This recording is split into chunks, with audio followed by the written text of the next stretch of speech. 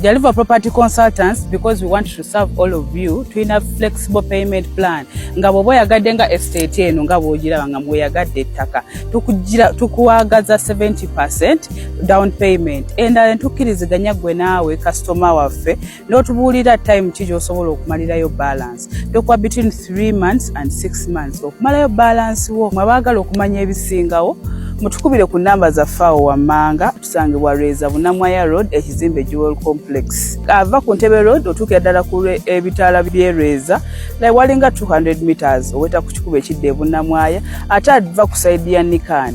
Still bw'otuuka ku Ruby's petrol station, jangu okwate ekikubo ekidde e Rweza ku bitaala. Wonna wonna ojja kuba otutuuseeko, ate era tujja kuba tukuwa ekyo kyennyini ky'oba osuubira okufuna.